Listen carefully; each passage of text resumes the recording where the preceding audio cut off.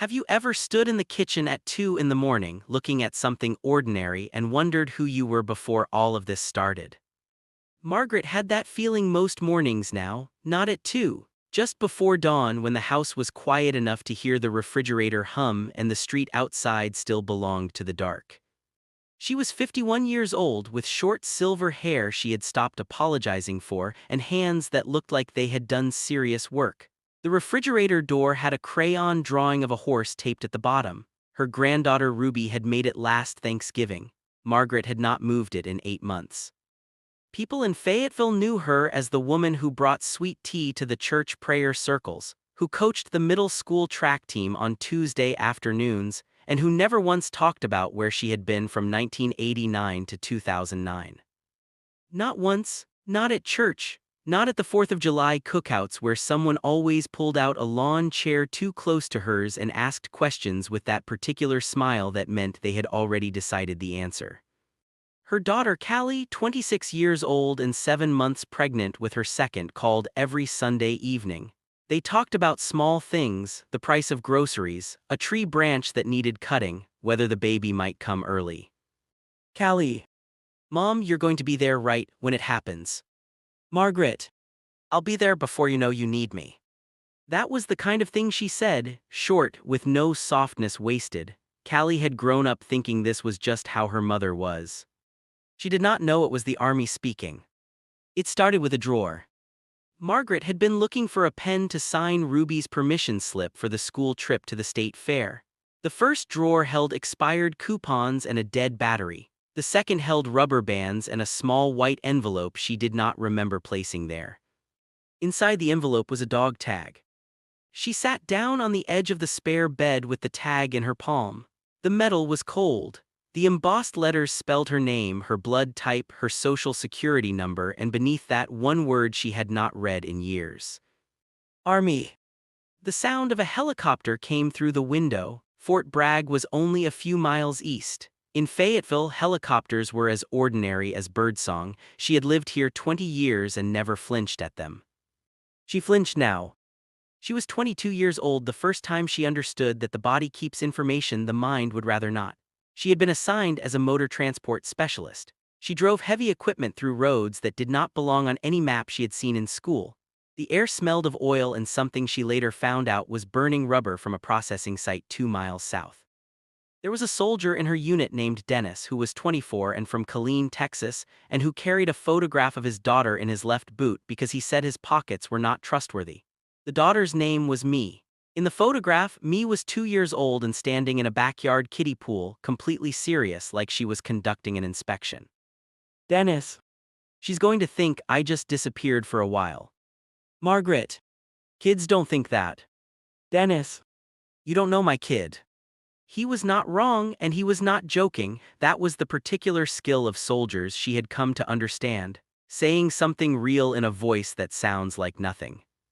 She did not know that night that she would become someone who did the same thing, that she would carry her own daughter's first school photograph in her left chest pocket for 3 tour, because that was the side closest to whatever it was that kept her going. Margaret sat with the dog tag for a long time. She could hear the afternoon school bus going up the street, kids getting off, someone's mother calling a name from a porch. She had come home from her last tour in 2009 and she had not told anyone what had happened in the years in between, not in detail. Callie had been 9 when Margaret first deployed. By the time Margaret came home for good, Callie was 28 and had her own keys to her own house. The time between those two numbers was a thing neither of them talked about directly. There had been a morning when Callie was small, maybe 4 years old, right before Margaret's first orders came through. They had been sitting on the back porch steps sharing a peach, passing it back and forth because Callie had refused to eat her own half and Margaret had refused to let it go to waste. The juice ran down Callie's wrist and she laughed at it, surprised, as if her own body had done something unexpectedly funny. Margaret had saved that sound for 20 years. When everything was dark and loud, that was what she went back to, a child laughing at a peach on a Tuesday morning in Fayetteville. It was the smallest possible thing, and it was the reason she came back every time. Her phone rang. Callie. She answered it still holding the dog tag. Callie. Ruby found some old pictures in a box at Dad's. She's asking questions I don't know how to answer. Margaret looked at the tag in her hand. Margaret. What kind of questions? Callie. She wants to know if you were a soldier. She found a picture of you in uniform. She says you look serious. She wants to know if you were scared.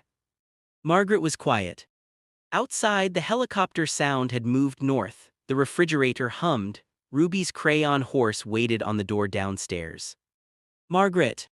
Tell her to come over Saturday morning. I'll make pancakes and we'll talk. A pause. Callie. Mom, were you scared? She set the dog tag on the windowsill. In the afternoon light, it looked like something worn and honest. Margaret. Every single time, and I went anyway. Saturday came with fog. Margaret made pancakes with blueberries because Ruby had once said plain ones were boring, and Margaret had filed that away like an order. Ruby sat across from her at the kitchen table, 6 years old, with her grandmother's same steady eyes and a syrup stain already developing on her sleeve. She had the photograph in her hand, printed on regular paper, a little blurry. She looked at it, she looked at Margaret, she looked at it again. Ruby. You still look like that. Margaret poured more coffee. She did not correct her. She sat across from her granddaughter and she told her things, not all of it, not the hard parts, the small parts first, Dennis and the photograph in his boot, the helicopter sounds that meant you were almost home, the smell of the garage back here in Fayetteville, motor oil and old cut grass that told her body it was finished for the day. Ruby listened the way children listen when they know something real is being said to them, without moving, without looking away. When she left that afternoon, she put the photograph in the pocket of her jacket, the left side. She did not know why, she just did. If this story found you today, it found you for a reason.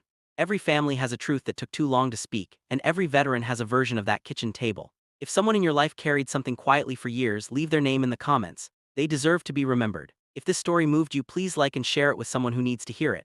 And subscribe to Soul Relief Stories because more stories like this are on the way.